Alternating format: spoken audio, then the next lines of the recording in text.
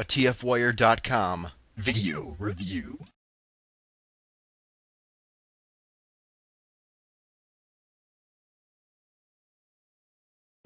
Spada here. Today we're taking a look at a Deluxe movie Payload. This is a drone, so be warned. But his alt mode is that of a, I guess a paddy wagon, or a...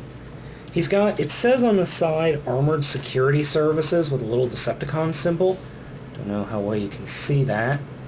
But it looks more like a paddy wagon as opposed to just an armored car, but that's just me.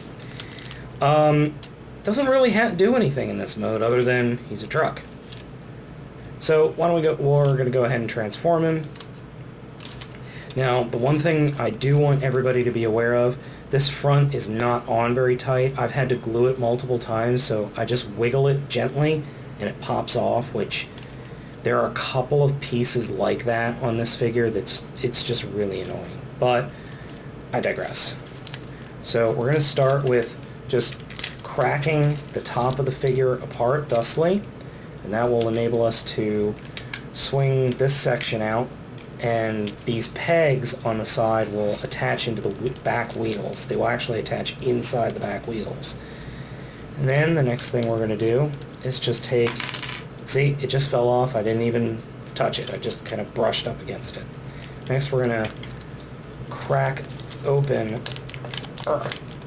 this whole section here, and then that will enable this whole section to flip out and rotate thusly.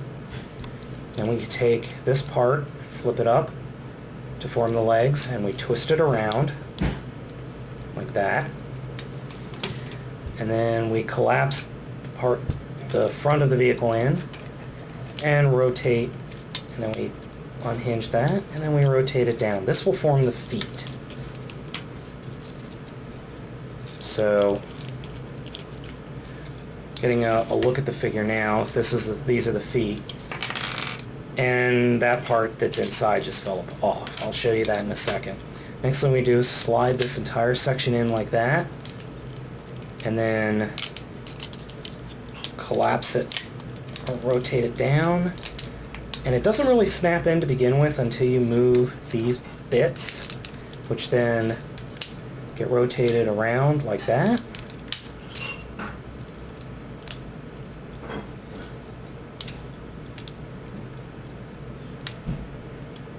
And you actually need to get them out of the way on this hinge right here in order for the top to connect. And then you just fold it in, and we go in here, open up the sides to fold out his hands.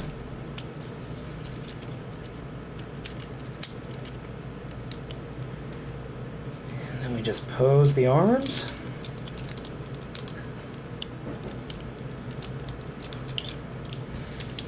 And there we go. Now, the piece that fell off before, this piece right here, is actually kind of important because it holds everything together.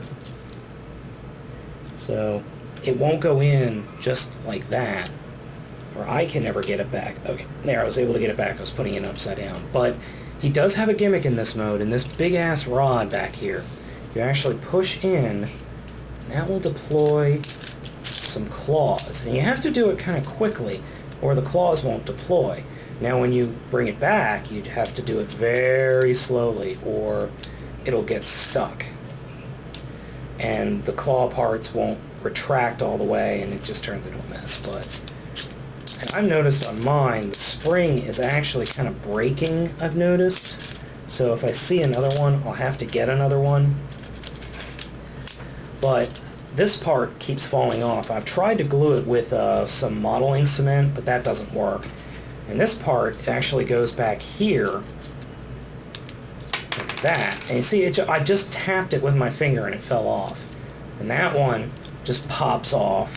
And I've tried to glue it and it won't stay on. Another thing is that the whole head section, the head and this part right here, are actually just on there. They're not glued in, they just pop right off normally. So I was able to use some modeling cement and actually adhere it to this whole section here.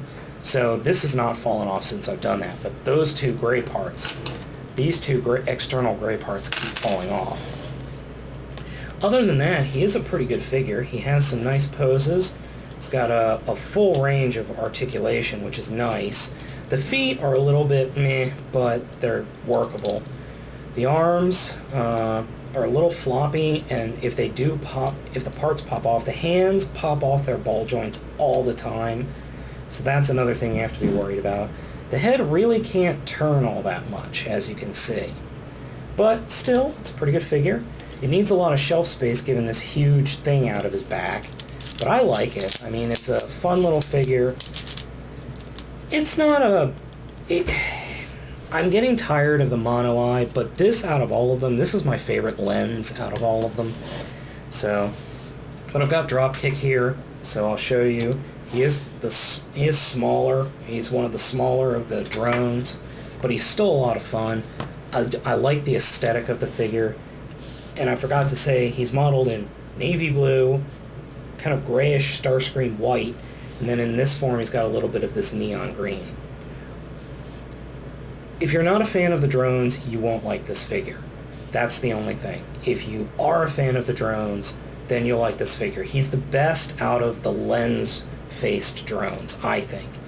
Compared to Swindle and Dreadwing, he's definitely a step up, but there are some major quality control concerns here on this figure. I mean, just parts falling off is unacceptable.